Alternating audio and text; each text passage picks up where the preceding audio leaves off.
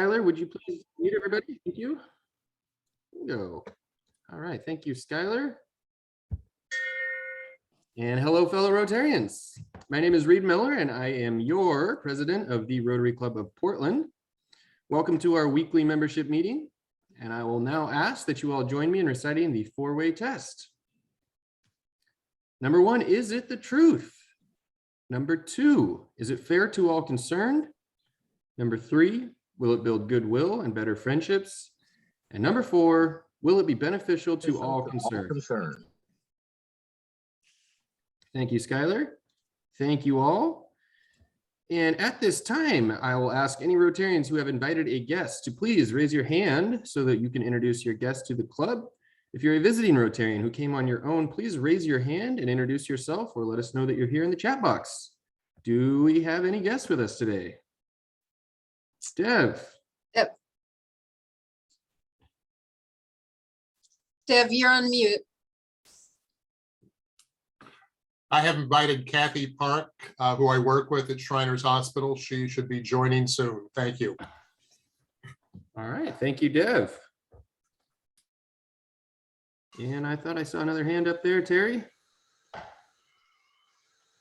Thank you, President Reed. I would like to welcome Erin Flores. She has applied to be a member of our club, and she's joining us today. So really happy to have you, Erin, if you want to wave to everyone there. And also Nicole Beckage, who is a brand new member, just approved by the board. Welcome, Nicole. And she's going to be introducing herself here soon. I think today, right, Nicole? Yeah, okay. I think so. I didn't get a confirmation email, so it Oh, might. so probably not. So maybe on the next time. So we missed that. Our bad. Yeah, that would be my call. All right. I don't see it on our agenda for today. And as for our schedule for our next few meetings, it may be a little while until we get to have that introduction. But welcome aboard. We're glad to have you here today. And I look forward to that, getting to know you a little bit better. So thank you. My bad. Sorry. All good. All right. Well, of course, thank you to all of our members for joining us here today for another Zoom meeting. I want to start out by reminding all of you that today's meeting will be our last of this year. So 2020 was a bad year for darn near everybody. 2021 was supposed to be a fresh start and hopefully the end of the pandemic. Well, here we are, still in a pandemic a year later. The end of the year marks a good opportunity for reflection. What did we do well? What could we do better? As far as our clubs go, it's been a challenging year. However, when a challenge is presented, Rotarians step up. This year has been no different. Our members have stepped up to the plate and we continue to thrive as a club. We continue to make progress towards the future. Speaking of the future, our economic forum will be on January 4th back at the Sentinel Hotel for our in-person meeting, which is very exciting. That's something to look forward to. It gives me hope for the next year. I'll remind you all that pre-registration will be required for this meeting. We'll be requiring all attendees to be registered and showing proof of vaccine or a negative COVID test at the door. The registration for our economic forecast is open. Please get registered at your earliest convenience. And again, just reminding everybody, this is the last meeting of the year before economic forecast at the Sentinel on January 4th. Mark your calendars, and I'm looking forward to seeing all of you there. All right, I'd like to now take this opportunity to wish a very happy Rotary anniversary to everybody who joined the Rotary Club of Portland in the month of December. There we go. Thank you, Skylar. Please take note there of our Rotarians who joined in the month of December and be sure to reach out to them and wish them a happy anniversary. Thank you, Skylar. All righty. As some of you may or may not know, we unfortunately lost a dedicated member of our club recently, Mr. Shannon Pratt. Shannon was a member of our club since 1974 and was a Paul Harris Fellow. Shannon was a trailblazer in the business valuation industry and a model train enthusiast, will be very much missed. Let's have a quick moment of silence for Shannon Pratt. Okay, thank you. And now I'm going to hand it over to our Vice President of the Trust Board, Brian Daisy, to give us a word on our annual Trust Drive. Welcome, Brian Daisy. Thank you very much, Reed, and good afternoon, fellow Rotarians. So, who's ready to say goodbye and good riddance to 2021? Yes, look at all those hands. So I'm looking forward with a positive outlook, and I'm so excited that we're going to resume in-person meetings in another 3 weeks. To me, being able to meet every week in person is really one of the top highlights I look forward to in 2022. Of course, as you all know, my top highlight will be the Beavers beating the Ducks next November, but we'll get to that later. But I'm so ready.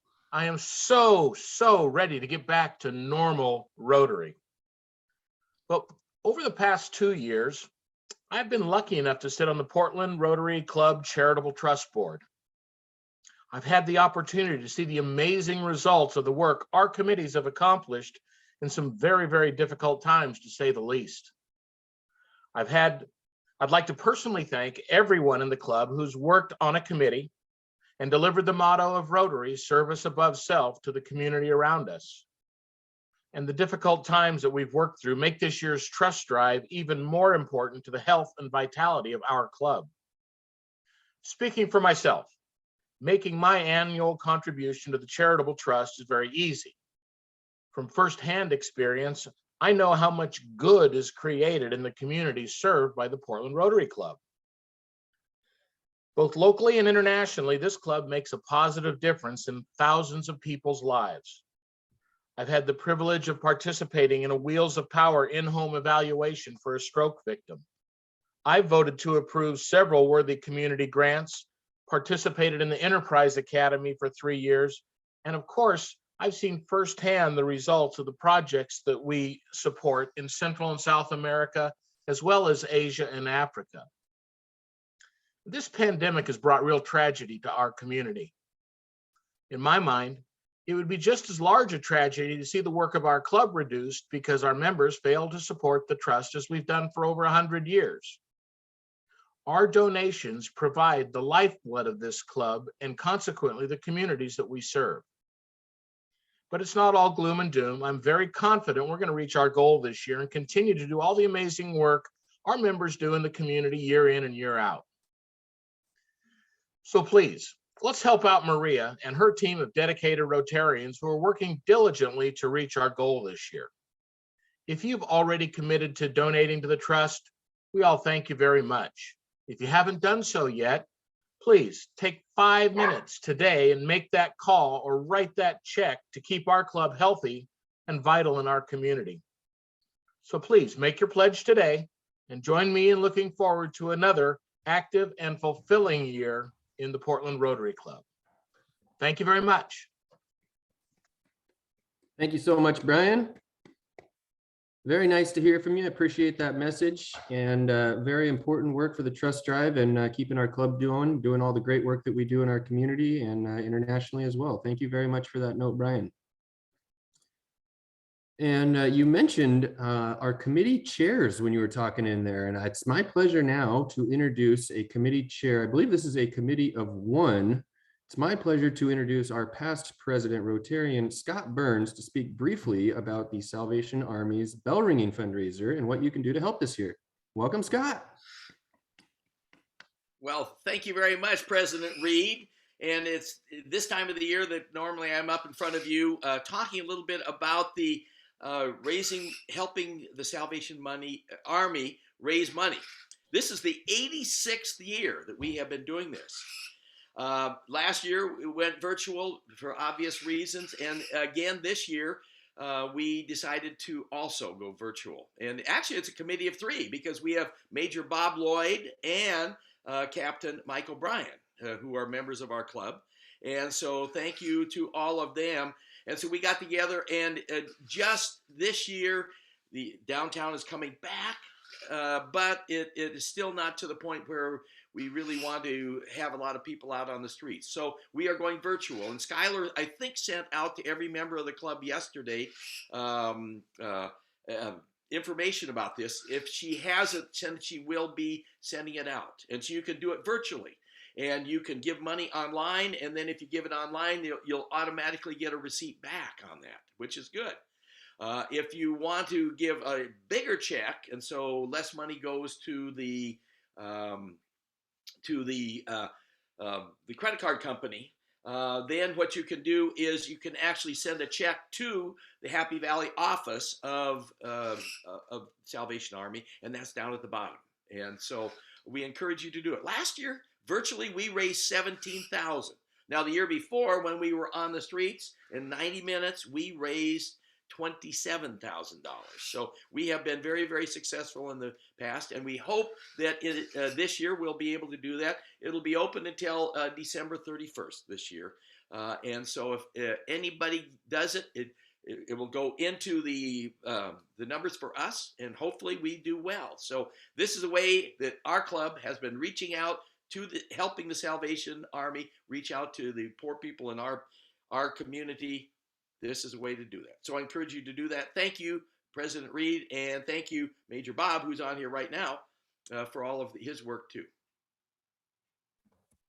All right. Well, thank you so much, Scott. And thank you so much to the entire committee, to all of you and the hard work that you're putting in there. Incredible stuff. You guys raise a ton of money every year and it goes to a phenomenal cause. So thank you so much for continuing that hard work. Do we have a link, Skylar or Scott, that we could drop into the chat here just so everybody, oh, we already got it. One step ahead of me. Perfect. Okay, we have a link in the chat. If you guys want to go make those donations for the bell ringing for Scott's cause there, much appreciated. Thank you so much. And again, thank you to the entire committee. All right, I would now like to welcome Rotarian Bill Derville, who will be presenting this week's reflection. Welcome, Bill. Thank you very much, Reed. I am very excited that we're going to hear from Dick Clark today about what we can do about the problems that we've got in Portland, because we certainly have our share of them, and we as Rotarians should be doing something about it. My reflection comes actually from two presidents of the United States. The first one is from Teddy Roosevelt, and he says, "It's not the critic who counts, not the man who points out how the strong man stumbles or where the doer of deeds could have done them better.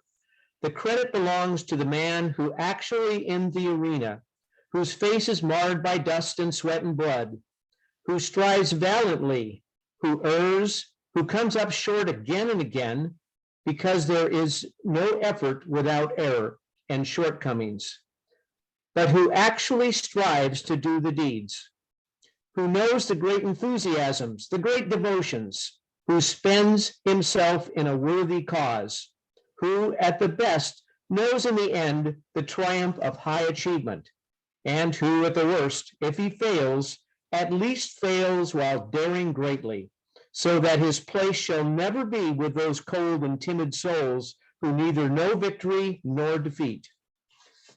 And finally, from Woodrow Wilson, another president, you're not here merely to make a living.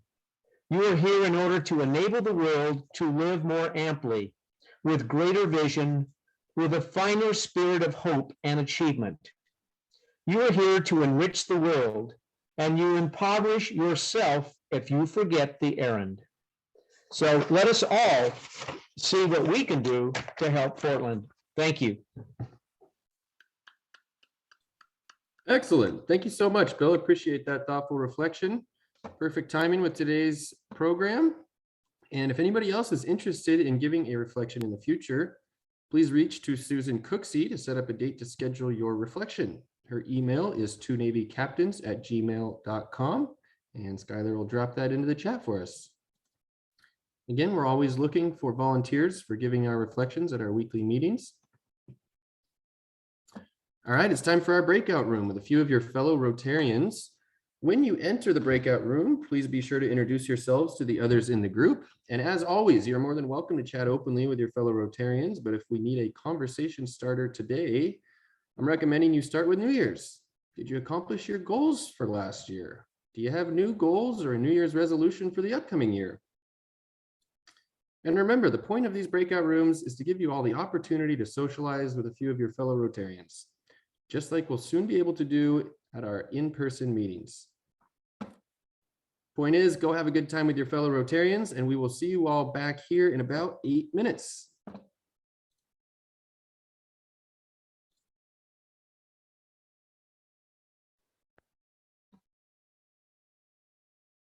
All righty, welcome back, Rotarians. Hope you all enjoyed your conversations in your breakout rooms and enjoyed the opportunity to interact with your fellow Rotarians. And now please welcome Rotarian past President Deb Dion as your chair of the day. Welcome, Deb. Unmuting. Thank you, Reed. It's my honor and pleasure to introduce today's speaker, Dick Clark. Dick is the current CEO of the Portland Clinic. And prior to that, he spent many years in fundraising at Providence and before that at the Rose Festival. Dick is a lifelong member and resident of Portland and is concerned about what's going on downtown. He is going to talk to us today about the future of downtown and why he is getting together with the group that is advocating for how to change downtown. It's my pleasure to introduce Dick Clark. Dick? Thank you, Deb. You know, first of all, let me just say, it is so great to see everyone here. There's 43 people online. I look around this little Hollywood Square type visual, and I just see so many friends. And thank you for your interest in this, and thank you for Rotary. I'm super looking forward to seeing you in person starting in January. And Bill Derville, good friend. We traveled together down in New Orleans, did Katrina relief. What a great reflection too. That's a real scene setter. When Deb asked me to talk about this topic, I have to admit I had some apprehensions. I am much more comfortable talking about healthcare and clinical excellence and all of that. But I also felt compelled to have a conversation with you as one of your friends. I'm not an expert on this topic. What I'm going to share with you are some of my observations of being a lifelong Portlander and being the CEO of a business that's celebrating its 100th anniversary this year. Been located in downtown Portland for 100 years. We're very proud of that. And then why I chose to get involved in this most recent initiative called Leadership, or excuse me, People for Portland. This initiative was a little bit outside my comfort zone, but I have to admit that I've grown very frustrated, impatient, and quite frankly scared of where Portland's at and where I see it heading. And I think most of you know me well enough that you know that I'm a moderate. I try to be optimistic, a consensus builder, and a pragmatist. So for those that don't know me as well, I'm a native of Portland, born here more than 60 years ago. Been coming to downtown ever since I've been a kid. My history of working downtown was, as Deb mentioned, I was with the Portland Rose Festival from 1988 to 2003. And obviously, folks know that the Rose Festival, when it's happening, draws a lot of people. And in my role with the Rose Festival, I was involved with security and finance and risk management, all that type of stuff. And I saw a lot of the underbelly of the city during that time because of so many people that came to the Rose Festival. There were always some bad actors. Unfortunately, I saw stabbings, a couple of shootings, discovery of a pipe bomb on one of the US Navy ships one year, lots of litter. So I know that Portland has had its challenges for some time, and I've seen some of those. For about 10 years, my office was on the first floor of the Northwest Natural Gas Building, 1 Pacific Square. And immediately outside my office, there were some benches, part of the architecture of the building. And it was pretty common to see drug deals going down on those benches, or people unfortunately shooting up heroin or whatever the substance was. And even one time late at night when no one was there, a stray bullet came through one of our windows. And this was all happening in the late 80s and 90s. You know, so Portland has had challenges for some time. In preparing for this presentation, and as I was thinking about the Rose Festival, I used to think of then Portland City Commissioner Randy Leonard, who some of you might remember, and quite frankly, how quaint it was when he didn't want people sleeping overnight before the Grand Floral Parade and went around ripping up tape off the sidewalks to prove his point. Now imagine that. And that's how much things have changed. So I returned to downtown Portland, working here in 2015 when I became CEO of the Portland Clinic. And, you know, at that time, I thought downtown's security had improved from some of those tales I was telling you. I think we all still needed to be street smart, but you could walk the streets during the day and be pretty comfortable and feel relatively comfortable at night and safe. Now, my responsibility includes really making sure that some 500 employees are safe and secure, and 200 of those work downtown. So that's my perspective of downtown. Everything changed in March of 2020. It changed for all of us, right? When the pandemic started. Most of downtown shut down. The Portland Clinic, unfortunately, had to shut its downtown branch for a period of time, mainly because of staffing and economics.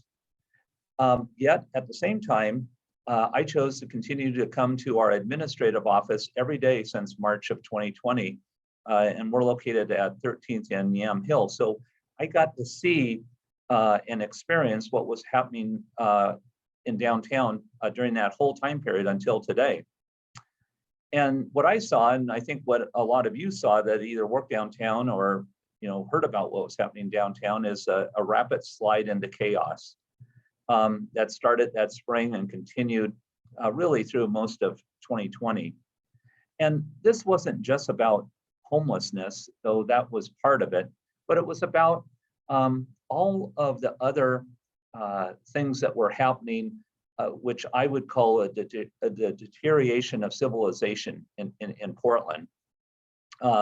And I'll just speak to the buildings that we have downtown. We have a full city block at 13th and Yam Hill and administrative offices across the street.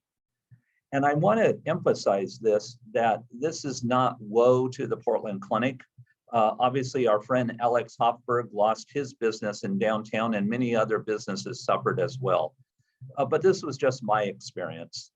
Graffiti on our buildings, lots of litter in the area, a woman coming into our employee lot and beating up a car with an umbrella, a gentleman coming into our clinic in downtown twice with a 2x4 with nails in it, swinging it at our employees. So much so that we had to close one of our entrances and hire security just to keep things secure. Just last week, one of our employees' cars was stolen from our surface level lot up on top of the block. We've had 2 individuals die of overdoses within about 100 yards of our entrance. And we have had 3 tent fires, no one injured, that have occurred since July of this year. One was about 2 weeks ago, right outside my administrative office. You can't help but notice black smoke pouring up. And myself and one of my managers ran down with our office fire extinguishers and put out the fire because we called 911 and we were on hold for 10 minutes and it would have started the trees on fire. So we put it out. I mean, what else would you do than to do that? And so that's some of my personal experience on this. I just wanted to also share how it's affected our business, and believe I am getting to something optimistic here, but I just want to share with you, it has affected our business. Our downtown business for our clinic is still down below our other branches, about 20% below. And a lot of it is because some people don't feel comfortable about coming downtown. That's affected healthcare. The pandemic certainly affected healthcare, with people being hesitant to seek out primary care and to continue with their healthcare regimen. And we've had some people that now have been diagnosed with higher acuity conditions because they didn't want to come back to the clinics, let alone come downtown. And I'm not blaming that all on the situation downtown. I'm just saying that this is certainly a problem. It's also affected our recruiting of providers. We do all of our interviews or have live here at 13th and Yamhill. And some of them have been with Zoom over a period of time, but some are live. And I was, for example, just talking to a candidate this morning who's wanting to move from Munich, Germany to Portland. And she's a very good candidate, retired military, still would like to practice. And she wants to move over to Northeast Portland where her children are located. And at the end of the interview, I said to her, I said, so what are people saying about Portland that you're hearing in Germany? And she shared with me some of the stories that you've heard. And one of her patients in Germany the other day said, don't move to Portland. It's too dangerous there. Now she has intentions to move to Portland because of her family, and she used to work in Roseburg. But I said, isn't that a shame that that is some of the reputation that we have, that someone would discourage someone to move? And I said, and here again, she's looking to move here regardless. I also feel like this has cost opportunity for the Portland Clinic and other businesses that have had to focus their time and energy on getting focused on this issue. And now here again, you do what you have to do, but there are lost opportunity costs with this. I believe it's also led to a burnout of employees and also providers for a number of reasons, but sometimes a feeling of lack of security creates that. And I have to say, and some of you knew that we were planning to develop a new clinic downtown at 2 different locations within a stone's throw of our current location. This would have been somewhere between $50 and $100 million projects.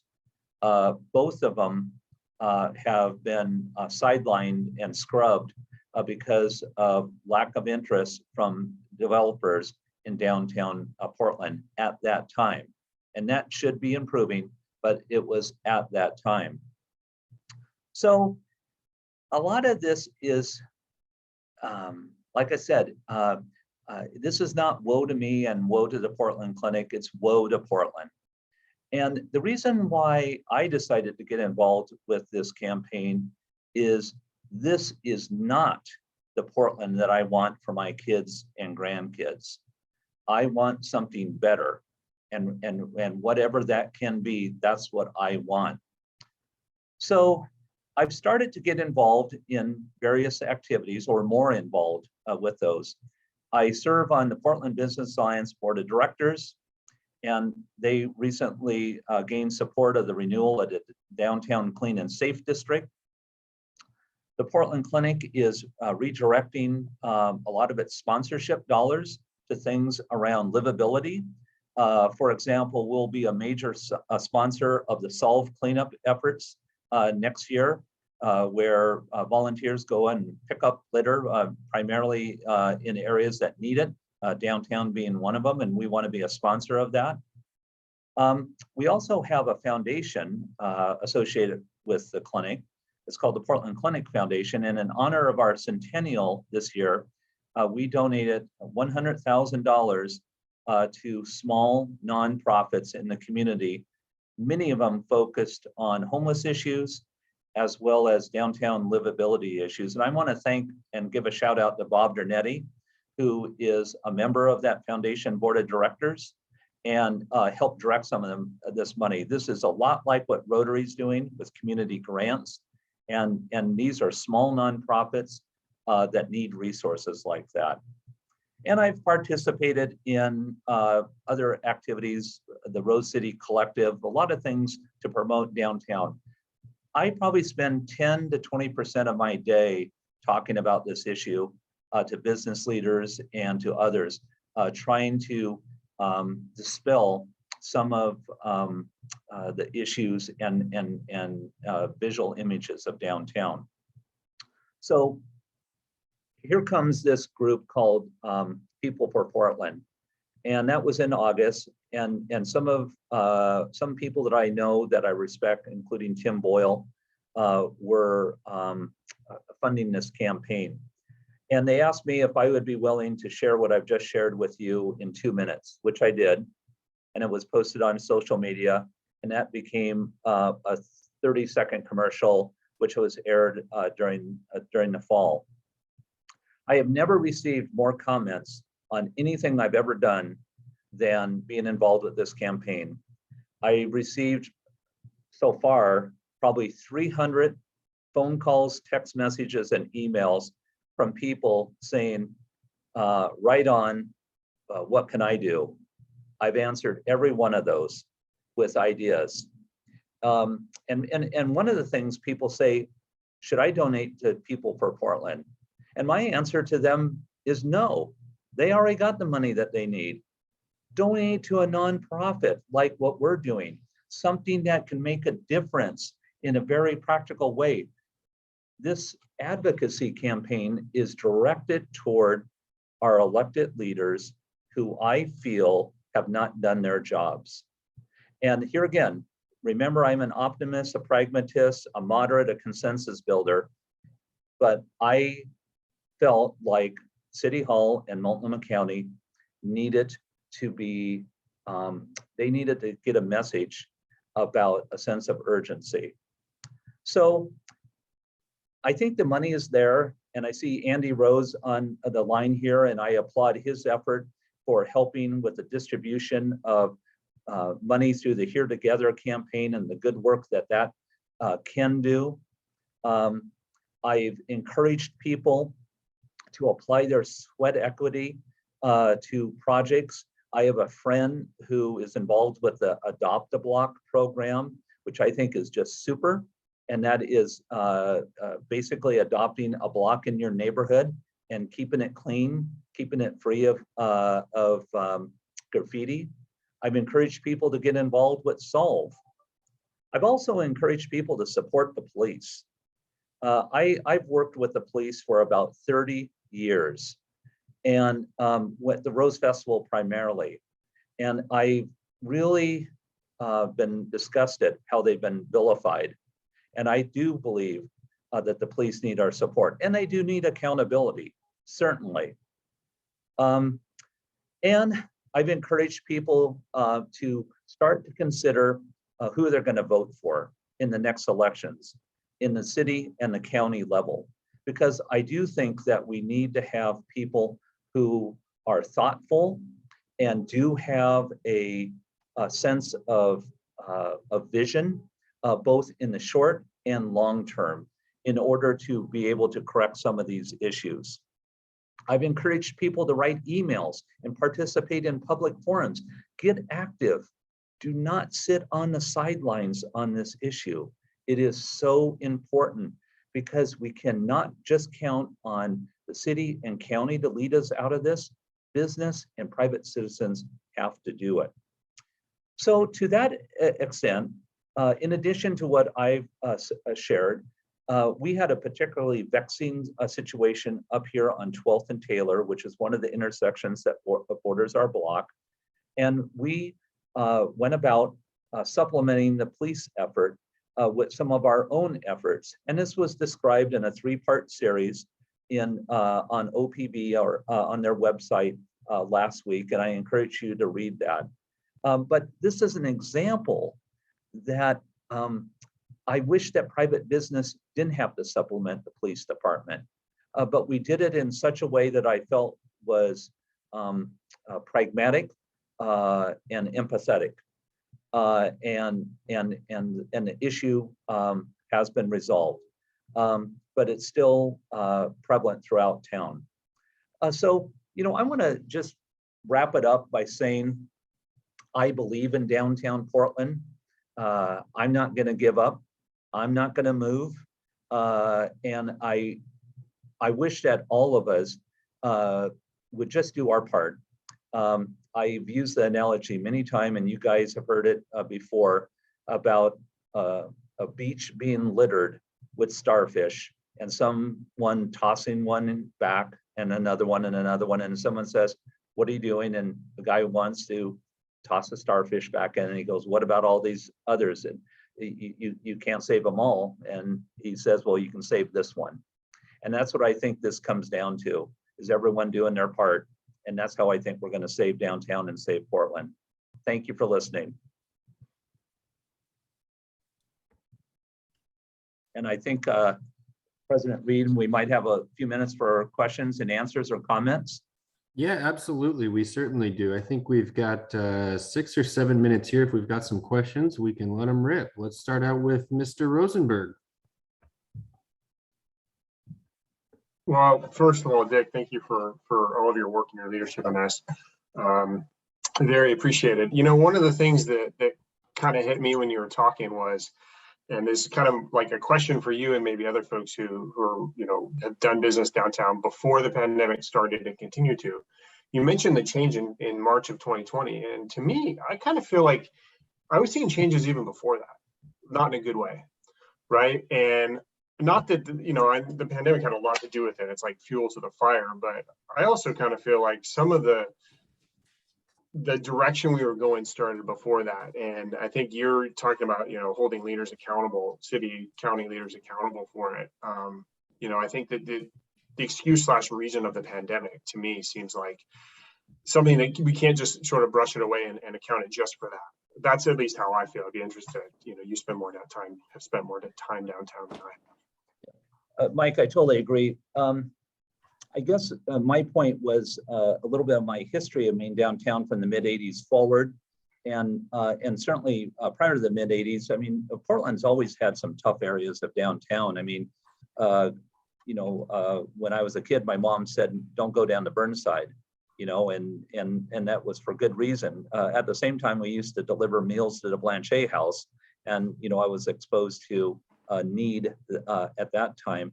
And I think that downtown Portland has had its ups and downs. And yes, you're right, Mike. I think it was starting a slow slide down. Certainly, I'm very critical of former Mayor Charlie Hales and some of the inaction that he didn't do toward preserving some of these things in downtown.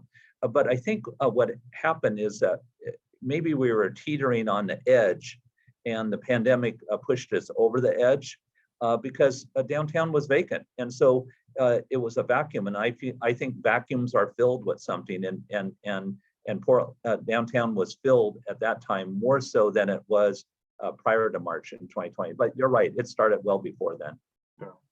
Thanks, Dick. We have a question from Andrew. Yeah, Dick, thanks for your leadership and your visibility on this. I'm really proud to see all that you're doing and all the time that you're spending on working on this issue. Like yourself, I'm spending a huge amount of time on homelessness, attending meetings, including a Home for Everyone and the different coordinating councils related to the oversight of the bond issues that we've raised money for, et cetera. And I share not only your concern, but your frustration. As a downtown business owner, we've been trying to bring our employees back to the office, but there's serious concerns around safety and employee well-being in addition to the pandemic. So we sort of have had a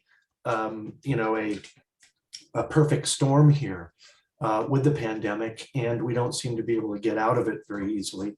But I do think there is reason for hope. And I just want to offer this as a comment, and then I'll shut up. The voters approved $250 million a year for the next 10 years to fund the eradication of homelessness. And that money is now starting to flow into the coffers through Metro to the 3 counties and also to the city. On top of that, we've got the CARES Act and other federal government funds that are providing a huge amount of resources. What we are still needing, though, is better accountability and defragmenting and streamlining the system through which we work on eradicating the co-occurring issues of addiction, mental health, homelessness, in addition to repopulating the city. And I think repopulating the city is going to be really important, to bring the city back as well. But having sat in a lot of these government meetings and listening to exactly how inactive or how slow things are moving, I share your deep frustration, and we need to hold our electeds to higher account. That includes things like Commissioner Ryan's safe rest villages that are on a slow boat right now, and they need to be accelerated, and other things. So, but anyway, thank you for your leadership. Andrew, thank you for your leadership. You are doing a lot of heavy lifting. I follow your guys' work, and I have more trust because people like you and Matt Chapman and other people are involved with that program. So thanks a lot. And I think that's really what it comes down to, Andrew, and for everyone. The money's there. We voted as a populace to fund this. And I applaud Andrew and the group for long-term thinking, because this is a long-term issue. But we also have short-term things that need to be done, and that's where some of it needs to be applied. We can't look for perfect solutions on this. And some of these things are going to be tried and they're going to fail, but let's try and let's do something in the short term, and then also look for the long term. And that's where my criticism comes, or at least my frustration with some of our elected officials, is let's not look for perfection. Let's start with good and get to perfection. Bill, you have a question? Yeah, Dick, thank you for your presentation. Also, thank you for coming with us to as a part of a Rotary trip to New Orleans. Al Chubitz was a part of our group that went down. I think Al Wes Harper led a group, and I think Bob Dernetti, I think you were a part of that. There's probably others. Doug Hardesty too. Doug's on the line. He was there. Yes. And so that's an example of where we help put a city back together. And I think it's time that we as a Rotary Club try and figure out what we can do as a club to do something. Maybe, I know we've had one trash pickup event, wasn't well attended, but I think maybe it's time to do another one, to organize something like that. We just need to figure out what we as a club we can do to help put business back on their feet. And anyway, thanks for your presentation. I think there's things that we can do. Thanks, Bill. Thanks, Bill. Thanks, Bill. Join our homeless committee. Danielle. Nice plug, Carol. Dick, great to see you. I've been looking forward to this presentation in particular, because all around town and the counties, Tri-County area, people are frustrated just like you and feel that elected officials and others can do more. I just wanted to offer up an opportunity for everyone on the Zoom today. You know, your Peace Builders Committee, it looks at and has been looking at through several venues the violence on our streets. And Dick mentioned what he and others at the clinic have been exposed to downtown. along with the homelessness. So I just wanted to assure you that that topic is being tackled significantly by our club and by other peace builder clubs. This Friday, the Interfaith Peace and Action Collaborative, who convenes what's called The Table, a community conversation. The group has had the opportunity to work with mediators from the Los Angeles County Dispute Resolution Group and other national organizations like Police to Peace. And so these conversations, we had the first one on November 5th, and it netted around 40 some or so ideas and what we can do to help our city. And we're doing the second one this Friday from 9 to 10:30. If any of you are interested, let me know and I'll send you the link. They're also holding small 6, 8, 10, 12 or so people together, affinity and identity groups, to have small conversations. And those are netting some both healing in the city when you look at trauma from violence, as well as ideas for bringing Portland back to where we'd like to see it. And January, there will be another community conversation, and that will, it will be in an evening and will include youth and family. So my point being is, and I think Dick did a great job of suggesting a number of the organizations that are doing something to help Portland recover. We all can find an organization that we can work with. And I'm with Dick. Choose one. Just choose, just choose one. And I think Andy said it as well. Just choose a place to find a way where you can contribute. The Peace Builder Committee has chosen to work with North and Northeast Portland businesses and et cetera. And we're plugging more money for the families that have been affected by gun violence and trauma. That's $600,000 that the City Council gave to the Office of Violence Prevention is just not adequate. And we're asking for 2 million. It's not even adequate, but we're asking. So just know that there are other options out there along with the ones, I mean, Love Solve and others. The Adopt a Block is a fabulous program. Just choose one. And Dick, thank you for setting us on the track to just engage everybody in how folks can move personally forward to help Portland recover. Thanks, Danielle. And Kate Erdman offered something that Chad is really relevant to, and that is that, you know, we need to support marginalized communities as well. However Portland looks in the future, it'll look a lot different than it did in 2019, and that's okay. You know, we need to, I think, hopefully more aware, and we're smarter and more thoughtful, and will be. So let's not, like you said, Danielle, look for a nonprofit that speaks to our heart and that supports those communities that haven't been supported as much as they should have been in the past. Reed, I want to be conscious of your time. Do you want me to continue to address questions, or how would you like to handle it? I love that we have so much conversation going right here, and it is a great conversation.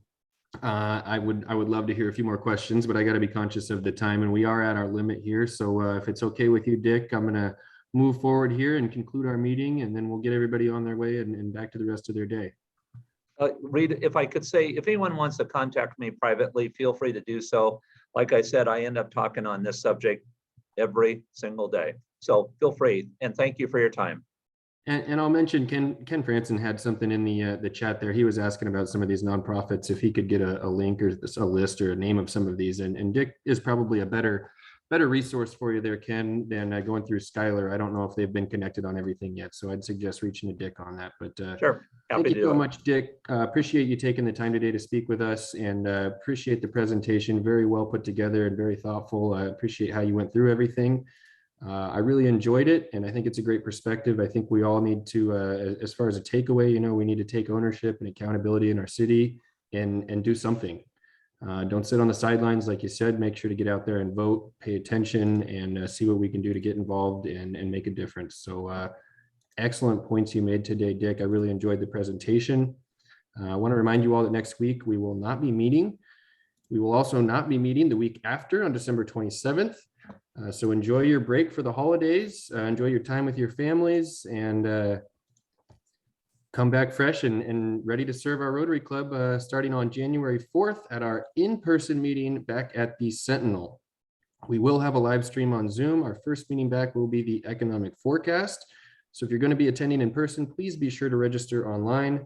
This is typically our most well-attended program of the year, and since we'll be back in person, it will be more important than ever to get registered for the program as soon as possible. Not only will it ensure that we have room for you, but it will help us book the largest room possible so that we can all distance ourselves safely. Skylar, could you please drop the link for the registration in the chat? And if any of you have a speaker idea, please be sure to reach to Dev Dion, who is the chair of our program committee, and share those ideas with Dev and our program committee. And again, as we get out of here real quickly, I just want to say thank you to all of our guests that attended today. Good to see our new members with us today. And Bill, thank you so much for your thoughtful and timely reflection today. That was wonderful and right on point. Thank you to Deb, our chair of the day today. And again, as I mentioned, Dick Clark, thank you so much for being with us and presenting today. That was a fantastic presentation, and we really appreciate you being with us today. And more than that, appreciate all of the great work that you're doing in the community. Andrew Rowe, you as well. Daniil, thank you all. Bill Durville, thank you so much for everything that you guys are out there doing, and helping the rest of our Rotarians get involved as well so that we can serve alongside you. And lastly, quick thank you to Skylar and to Carol and to everybody else that helps with the production of these programs. And most importantly, thank you to all of our committee chairs and to our members for everything that you do. And as we close today's meeting, let's all remember why we're here. We serve to change lives. Let's continue to focus on the lives that we change and continue to step up and to do the right thing. Thank you all for joining. This meeting is adjourned.